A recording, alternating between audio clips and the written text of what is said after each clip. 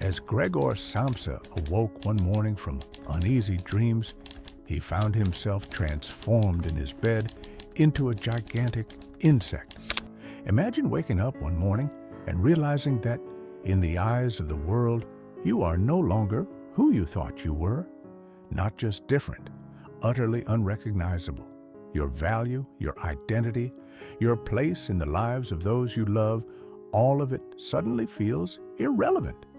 This is the haunting reality of Gregor Samsa, the main character in Franz Kafka's The Metamorphosis. For those who have never read the story, here is the scene. Gregor is a traveling salesman. His life is consumed by work. Day after day, train after train, hotel after hotel, he is caught in the machinery of endless routine. One morning, he wakes up and finds that he has transformed into a giant insect. His body is alien to him. His voice is gone. The world he once knew begins to drift away. At first, Gregor's thoughts are not about the horror of his transformation, but about being late for work. That detail is important. It tells us that long before his body changed, his mind had already been imprisoned. He is the perfect metaphor for what happens when the soul is worn down by endless obligation and the absence of genuine human connection.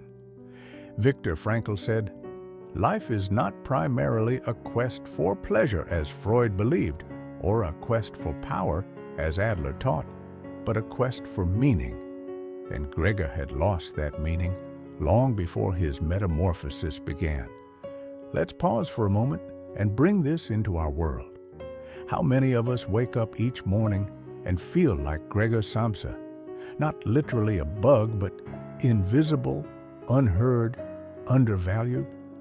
How many of us measure our worth only by our productivity, by how much we can provide for others, and by how little we trouble them with our own needs? In the 21st century, Gregor's insect body could be the burned-out mind, the anxious heart, the exhausted spirit. His family's reaction is equally telling. At first, they are horrified. Then, they try to hide him from the outside world, ashamed of what he has become. Soon after, they begin to resent him. They see him not as Gregor, the son and brother, but as a burden. This is where the story turns brutally honest.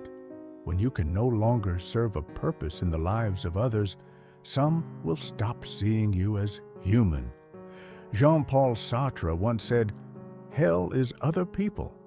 In Gregor's case, hell was the absence of love from the people he needed most, and yet this is not just a 20th century literary tragedy. It's the reality for countless people today who feel discarded the moment they can no longer fit into the narrow roles assigned to them. So, what can we learn from Gregor's fate? First, that our value as human beings cannot depend entirely on what we produce, how much we earn, or how perfectly we perform in the roles society gives us. The moment your worth is tied to your utility, you are in danger of being treated as disposable. Second, that neglecting your own needs, dreams, and mental health is a slow form of self-erasure. You don't need to wake up as an insect to realize you've been living a life that isn't truly yours. Nietzsche said, "He who has a why to live can bear almost any how." Gregor had lost his why, and without it, no amount of willpower could save him. Now, here's the part where we bring it back to you, the listener. If you feel trapped in a life that has stripped you of joy, connection, and self-worth, you are not doomed to share Gregor's fate. You are not an insect. You are not powerless. You are not invisible. The first step is reclaiming your why. Ask yourself, who am I beyond my job, my obligations, my roles? What would my life look like if I valued my own existence as much as I value my usefulness to others? The second step is connection. not the shallow, performative kind, but the kind that sees you, hears you, and values you for being, not just doing. Surround yourself with people who recognize your humanity even when you are not at your best. And finally, the third step is courage. The courage to change direction, to say no, to set boundaries, to rest without guilt, to chase something that lights you up even if it makes no sense to others.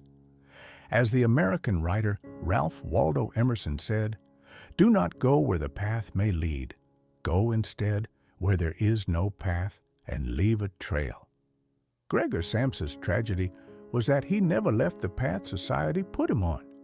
You still can. If Gregor's story teaches us anything, it's that transformation is inevitable. But whether it becomes a prison or a liberation is up to us. You are more than your work, more than your mistakes, more than the labels the world gives you. The world might try to define you by what you produce, but you have the power to define yourself by who you choose to become. So wake up tomorrow not as Gregor Samsa, but as yourself, fully, unapologetically, and courageously alive.